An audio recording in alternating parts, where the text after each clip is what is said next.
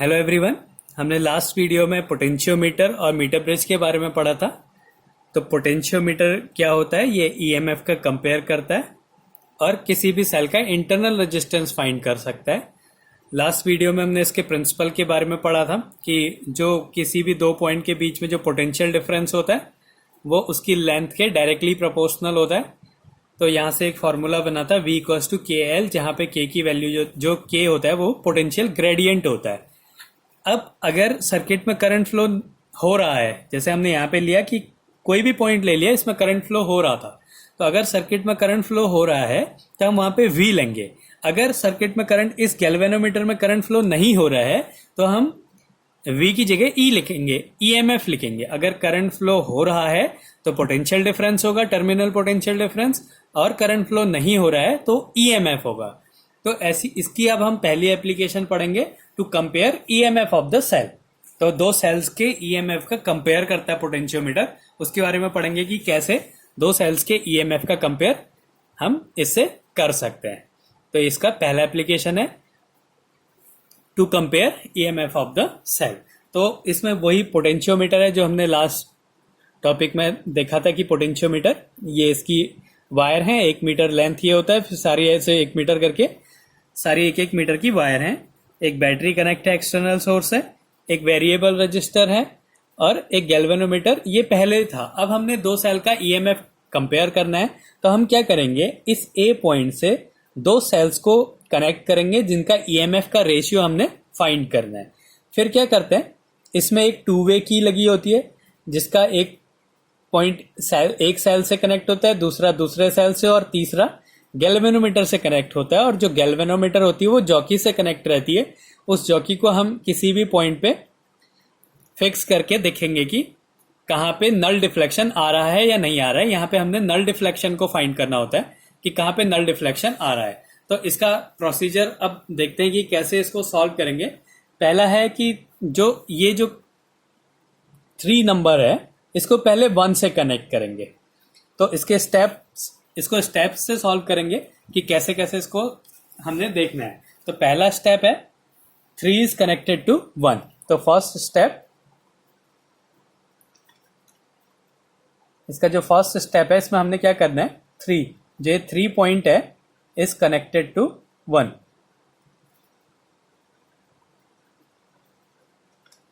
Three is connected to 1। फिर क्या करेंगे, इसको इससे कनेक्ट करेंगे, फिर इस जॉकी को इधर उधर स्लाइड करेंगे और ऐसा पॉइंट ढूंढेंगे जहां पे कोई गैल्वेनोमीटर में कोई डिफ्लेक्शन नहीं मिल रहा है, और माना कि वो पॉइंट J1 है जिसमें गैल्वेनोमीटर में कोई डिफ्लेक्शन नहीं मिल रहा है। एंड अब ये तो हो गया फर्स्ट स्टेप। फिर सेकंड स्टेप में क्या करना है, हमें नल डिफ्लेक्शन ढूंढना होगा।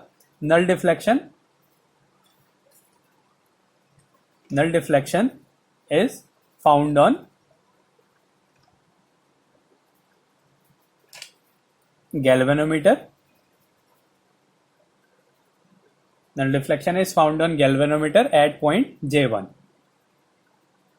जो पॉइंट J1 है इस पे हमने नल डिफ्लेक्शन निकाला। अब माना कि जो A पॉइंट से J1 की जो डिस्टेंस है वो L1 है। E1 के लिए जो ये टोटल डिस्टेंस है हमें पता होगा, 100 मीटर ये हो गई, फिर 100 ये हो गई, 200, 300, और यहाँ से कुछ डिस्टेंस ये होगा, तो 300 प्लस ये डिस्टेंस, इसको मान लिया हमने L1 माना। तो जो नल पॉइंट मिला है हमें J1 पॉइंट पे मिला है, तो ये जो टोटल डिस्टेंस हो गई AJ1, ये माना हमने L1 है। तो अब नल डिफ्लेक्शन मिला है, मतलब सर्किट में करंट फ्लो नहीं हो रहा है, तो वही प्रिंसिपल हम यूज करेंगे कि जो पोटेंशियल डिफरेंस होता है वो उसकी लेंथ के डायरेक्टली प्रोपोर्शनल होता है और V इक्वल्स टू के एल होता है। तो सर्किट में करंट फ्लो नहीं हो रहा है तो हम V की जगह E लिखेंगे। तो ये हो जाएगा E1 पहले वाले सेल के लिए, E1 इक्वल्स टू KL1। ये एक इक्वेशन हो गई। ऐसे ही फिर हम क्या करेंगे, इसका थर्ड स्टेप, अब हम क्या करेंगे कि ये जो 3 है इसको 2 से कनेक्ट करेंगे, इसको इन दोनों को आपस में कनेक्ट करेंगे। तो थर्ड स्टेप में क्या करना है हमें, 3 is connected to 2, connected to 2। तो हमने पहले इन दोनों को कनेक्ट करा था, फिर इसको हटा दिया, अब इन दोनों को कनेक्ट करा। फिर क्या करते हैं अगले में कि गैल्वेनोमीटर में नल डिफ्लेक्शन निकालते हैं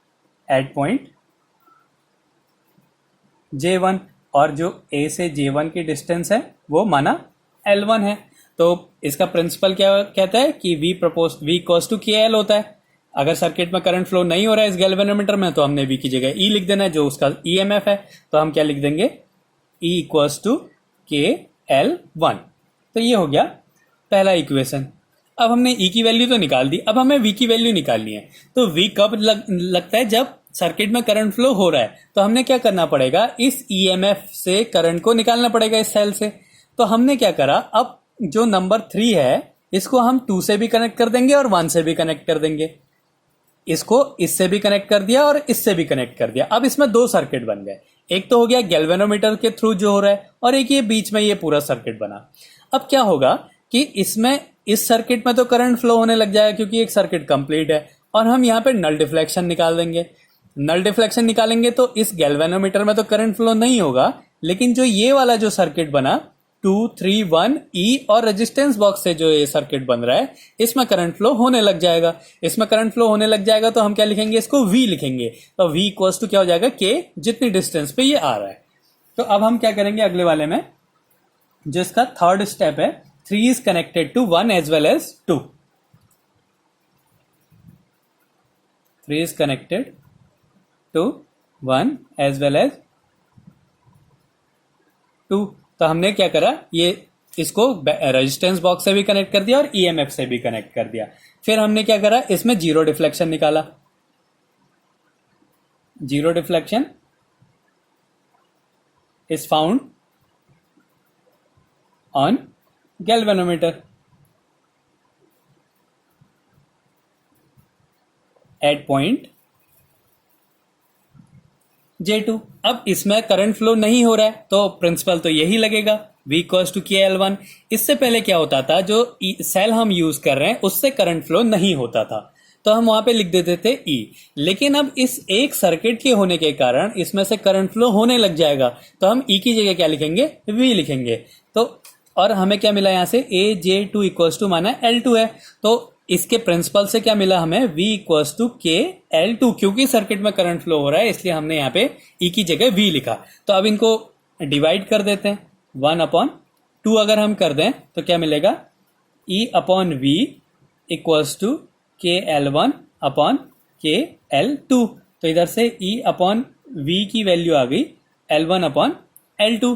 अब उससे पहले हमने यहां से एक रेजिस्टेंस को निकाला होगा तो हमें पता होगा कि हमने कितने ओम का रेजिस्टेंस निकालना है। तो हम इस इक्वेशन में ये वैल्यू पुट कर देते हैं। तो R का फॉर्मूला होता है E/V -1 इंटू कैपिटल R। तो E/V की वैल्यू पुट कर देते हैं, ये है L1/L2 -1 इंटू R। तो इस तरीके से हम किसी सेल का इंटरनल रेजिस्टेंस निकाल सकते हैं। तो पहला वाला तो वैसे ही है कि जो गैल्वेनोमीटर है उसको सेल से कनेक्ट करो, नल डिफ्लेक्शन निकालो और वहां पे क्या हो जाएगा, इक्वल्स टू KL1 हो जाएगा। लेकिन इंटरनल रेजिस्टेंस के फॉर्मूले में टर्मिनल पोटेंशियल डिफरेंस भी आता है, इसलिए हमने क्या करना पड़ा, सर्किट से करंट फ्लो करवाना पड़ा। सर्किट से करंट फ्लो कराने के लिए हमने एक रेजिस्टेंस बॉक्स लगाया और एक ऐसा सर्किट बना दिया जिसमें करंट फ्लो हो लेकिन गैल्वेनोमीटर में करंट फ्लो ना हो। यहाँ पे हमने नल डिफ्लेक्शन निकाल दिया। तो इस सर्किट में करंट फ्लो होने के कारण हमने इस E की जगह V लिख दिया और V इक्वल्स टू KL2 हो गया। फिर डिवाइड करके इसी फॉर्मूले में पुट कर दिया। तो इस तरीके से हम किसी सेल का इंटरनल रेजिस्टेंस निकाल सकते हैं। तो ये दो इसकी एप्लीकेशंस होती हैं कि कैसे हम सेल के EMF का कंपेयर करते हैं और किसी सेल का इंटरनल रेजिस्टेंस कैसे फाइंड करते हैं।